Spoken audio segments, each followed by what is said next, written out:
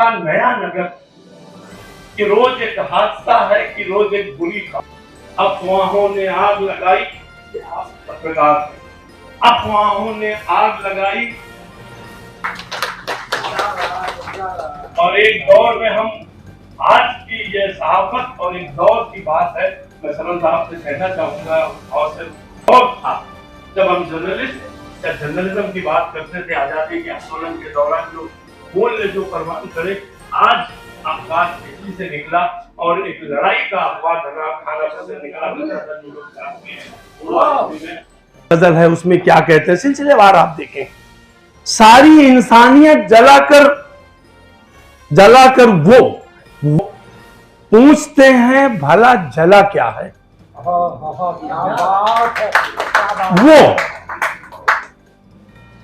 वो न माने हैं न मानेंगे मेरी बात, वो न माने हैं न मानेंगे तेरी बात, दे उनको दिल और मुझको जुबां और। ये वो शब्द जो ये इस्तेमाल करते हैं, ये शायरी का, ये कविता का ये माइलस्टोन होता है, ये पिरोया जाता है, ये वो मोती होता है, ये छोटे शब्द जो शायरी में शायर बड़ी मुश्किल से इस्तेमाल करता है, छोटा सा शब्द। ये हुनर सबको नहीं आता। ये पूरी मुकम्मल किताब वो में है जिसे सरल साहब ने इसमें पिरोया है। उसके जरिए बड़ी बात कहने की सोच की है। पूरे के पूरे अदलिया को, पूरे निजामत को, पूरी व्यवस्था को, कार्यपालिका, न्यायपालिका, सहाफत, पूरी चीजों को उन्होंने पूरा एक छोटे शब्द में सागर में जैसे सागर कर दिया। सत सैया के दोहरे जो नावक के तीर देखने में छोटे लगे, शायरी दिल से निकलेगी, दिल से निकलेगी, वो जो बात दूर तक जाएगी, वो बात है, महसूस करने की बात है। और सारी इंसान गालिब याद आता है, जिस इंसानियत की बात हो रही है कि आदमी को भी मैसर नहीं इंसान होना। कई बार होता है कि इंसान और आदमी में क्या फर्क है, इंसान और इंसान कामिल बड़ा फर्क है। इंसान होना आदमी की एक तस्वीर है, इंसान का एक कैरेक्टर है, लाइफ स्टाइल है, वैल्यूज हैं। वो बात इस पुस्तक में है। कहने को तो 64 गजलें हैं और मेरा ख्याल है 15 नज़में हैं, पर समंदर है। और फिर ऐसा लगता है, मुझे पता नहीं क्यों गालिब याद आ गया। और ये जो बात है आपकी, वो अच्छे दिन की भी बात आगे आएगी। वक्त है ना मेरे पास 10-5 मिनट, तो अच्छे दिन की भी बात आएगी। तो लगता नहीं है दिल मेरा उजड़े दयार में। क्या कहना चाह रहे हैं आप? किसकी बनी है आल में नापायेदार में? लगता नहीं। जो हाल ओ का है, वो हाल बहादुर शाह जफर का भी था, तब उनका दिल लगता नहीं था। वो हाल इनका भी है, वो फिक्र उनकी भी है। तारीख है पसमंजर को देखेंगे तो दोनों फिक्र एक जैसी नजर आती है, दोनों सिचुएशन एक जैसी नजर आती है। ये बात इस पुस्तक से, इस किताब में बहुत नुमाया है, बहुत। और फिर है जो अभी बात हो रही थी अगली सफ की बात, तो एक 6वीं गजल है। उस गजल में आप कह रहे हैं हम ही हैं सबसे अव्वल। अब हम ही हैं सबसे अव्वल, नशा हमको पिलाया जा रहा है। नशा हमको, कौन सा नशा पिलाया जा रहा है? जाहिर है कि वसुधैव कुटुंबकम वाला नशा नहीं पिलाया जा रहा है, सर्वे भवन्तु सुखिनः का नशा नहीं पिलाया जा रहा है। ये कुछ खास नशा है जिसको पिलाने वाला वो और जिसको हम नकारने वाले यहां बैठे हुए लोग, सरल साहब जैसे लोग, इन दोनों के बीच में ये संघर्ष सदियों से रहा है और आज भी है। उस संघर्ष को इस किताब में उकेरने की कोशिश की गई है। वो अव्वल कौन है? हम ही हम हैं, तुम ही तुम हो तो क्या। गालिब कहता न था कुछ तो खुदा था और न होता कुछ तो खुदा होता। कौन सा दावा कर रहे हैं आप? क्या करना चाहते हैं? ये मोहब्बतों का हिंदुस्तान जो है, इसे क्या बनाना चाहते हैं? ये फिक्र सरल साहब की है और ये फिक्र इनके जरिए या हम सब की है। हम अल्फाज नहीं दे पाते, हमारे पास लफ्ज नहीं है। इन्होंने इन चीजों को लफ्ज देने की कोशिश की है, उसको बहुत अच्छे ढंग से उन लफ्जों को पिरोया है, निभाया है। और आदमी ना हुए हम, क्या सवाल खड़े कर रहे हैं भाई? ऐसे प्रश्न आज के दौर में अर्बन नक्सल ही तो होंगे, अब होंगे क्या? आदमी ना हुए हम हुए और सब, यानी आदमी के अलावा हम सब कुछ है। आदमी ना हुए हम हुए और सब, हिंदू मुसलमान हुए, काले गोरे हुए। माने आदमी के अलावा, वही ना, आदमी को भी मैसर नहीं इंसान होना। आदमी के अलावा सब कुछ है हम, आदमी नहीं है आज। और आदमियत, इंसानियत, मोहब्बत, अमन चैन का ये जो बागीचा हिंदुस्तान था, आज यहां आदमियत पर सवाल उठ रहा है। पूरी दुनिया को नसीहत देने वाले, पूरी दुनिया को मोहब्बत, सत्य, अहिंसा का पाठ पढ़ाने वाला मुल्क आज आदमियत के लिए प्रश्न के रूप में खड़ा है।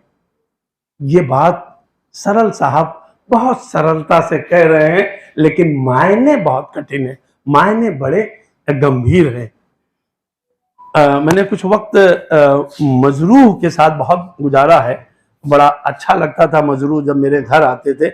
और एक ऑफ द रिकॉर्ड में बात करूं, मुझे बड़ा फक्र होता है जब हम हैं मताए कूच आए बाजार की तरह, उठती है हर नजर खरीदार की तरह, मेरे ही कूचे में बैठ के लिखी गई थी। क्या बात। और मजरूह साहब इसको फिल्म में नहीं देना चाहते थे, पर दौर आया। और मजरूह साहब वो शख्सियत हैं जो मुझे लगता है कि सरल साहब को उनसे जोड़ना चाहिए कि इस राइटिंग को लेके उन्होंने उस दौर में, नेहरूवियन दौर में, जब नेहरू की चलती थी, जब नेहरू थे, दुनिया के 1, 2, 3 लोगों में नेहरू का शुमार था, उस दौर में उन्होंने नेहरू के खिलाफ एक कविता लिखी। और वो कविता उन्होंने बॉम्बे में पढ़ी और मजदूरों को लेकर, और उसमें उन्होंने लिखा कि ये कॉमनवेल्थ का दलाल, आगे बड़ी कविता है, मैं चूंकि नेहरूवियन हूं आगे पढ़ नहीं पाऊंगा, लेकिन लिखा उन्होंने, कैपिटलिस्ट बना घूम रहा है। और उस पर मजरूह पकड़ लिए गए, मजरूह को सजा हुई। बॉम्बे के ऑफिसर्स ने कहा नेहरू को, मजरूह से सॉरी कह दीजिए और आपकी सजा माफ। मजरूह ने कहा कि मैंने ये होशो हवास में जानबूझकर ये कविता लिखी और पढ़ी है, पूरे होशो हवास में पढ़ी है, मैं सॉरी कैसे कह सकता हूं, मैंने जानबूझ के लिखी है। तो ये सरल साहब ने भी मुझे लगता है कि बहुत होशो हवास में ये किताब लिखी। तो इसके असरात कुछ भी हो सकते हैं, जिस तरह से ये मंजरे आम पर आप ले जा रहे हैं। तो वो सजा काटे, 6 महीने रहे, सजा काटे। ये वो दौर था, वो लोग थे और निजाम भी वो था। दोनों तरफ देखिए, वो निजाम भी वो था जो इस बात को देखता था। ये वो दौर है जिस दौर में निराला लिख रहे हैं, अबे है गुलाब, हिंदी वाले हमारे साथी हैं, अबे है गुलाब, खाद मिट्टी का खून चूस के तू सुर्ख हो रहा है। ये वो दौर था, वो दौर ये किताब याद कराती है आज। वो दौर इस किताब से के जरिए मैं याद कर पा रहा हूं। और फिर तो मैं जिसका जिक्र कर रहा था, मजरूह, देख जिंदा से परे रंगे चमन जो से बहार। सरल साहब देखिए, देख जिंदा से परे रंगे चमन जो से बहार, रक्स करना है, रक्स करना है तो फिर पांव की जंजीर न देख। रक्स करना है तो फिर पांव की जंजीर न देख। पांव की जंजीर देखेंगे तो मेरी आवाज में है तू शामिल लिख नहीं पाएंगे। पांव की जंजीर न देख। पांव की जंजीर कभी हाथ की भी जंजीर बन सकती है। मैं ज्यादा समय लूं तो तुरंत हमें आप बताएं। एक और गजल का एक शेर, क्या कयामत है कि अच्छे दिन भी है एक हादसा। क्या कयामत है कि अच्छे दिन के नाम पर हम कांपते हैं ना। अरे अच्छे दिन आ गए तो मुझे लगता है कि पूरी हिस्ट्री चली गई, एक पूरी तस्वीर जो है वो पूरी तरह आ गई कि एक हादसा है अच्छा दिन कहना भी। गांव में हम लोग, जब मैं कभी नौकरी पाया तो मेरे गांव वालों ने कहा कि यार तुम हमेशा वो लाल झंडा चंदा फंदा मांगते रहे, अब तुम्हारे भी अच्छे दिन आ गए। और खुदा न करे कि ऐसा अच्छा दिन आता मेरा भी। तो क्या कयामत है कि अच्छे दिन भी है एक हादसा, और कयामत यह भी कि उसकी ही जय जयकार हो। कयामत यह है, दो तरह की कयामत है, और कयामत यह भी कि उसकी ही जय जयकार हो।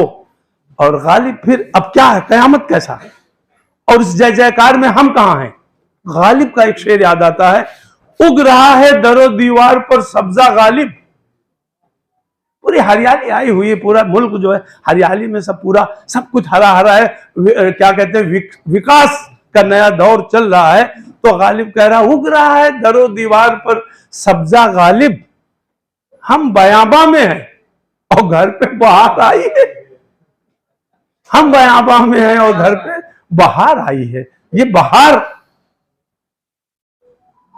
ये कफस में मुंह को, कफस कैद, कफस में मुंह को परों से छिपाए बैठा हूं।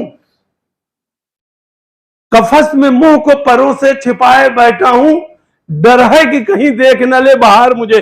वो बाहर आई है, वो जय जयकार है।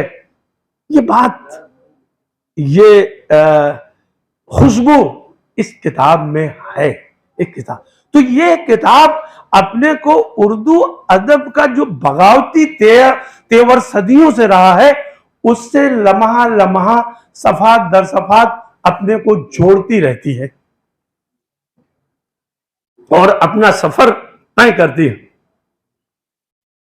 फिर देखिए क्या कहते हैं, हमको पता ही कब था, जो डॉक्टर साहब अभी बात कह रहे थे, बस वो कंपोजिट कल्चर की, प्रेम की, मोहब्बत की, उसको देखिए। हिंदुस्तान सदियों से प्रेम मोहब्बत का मुल्क।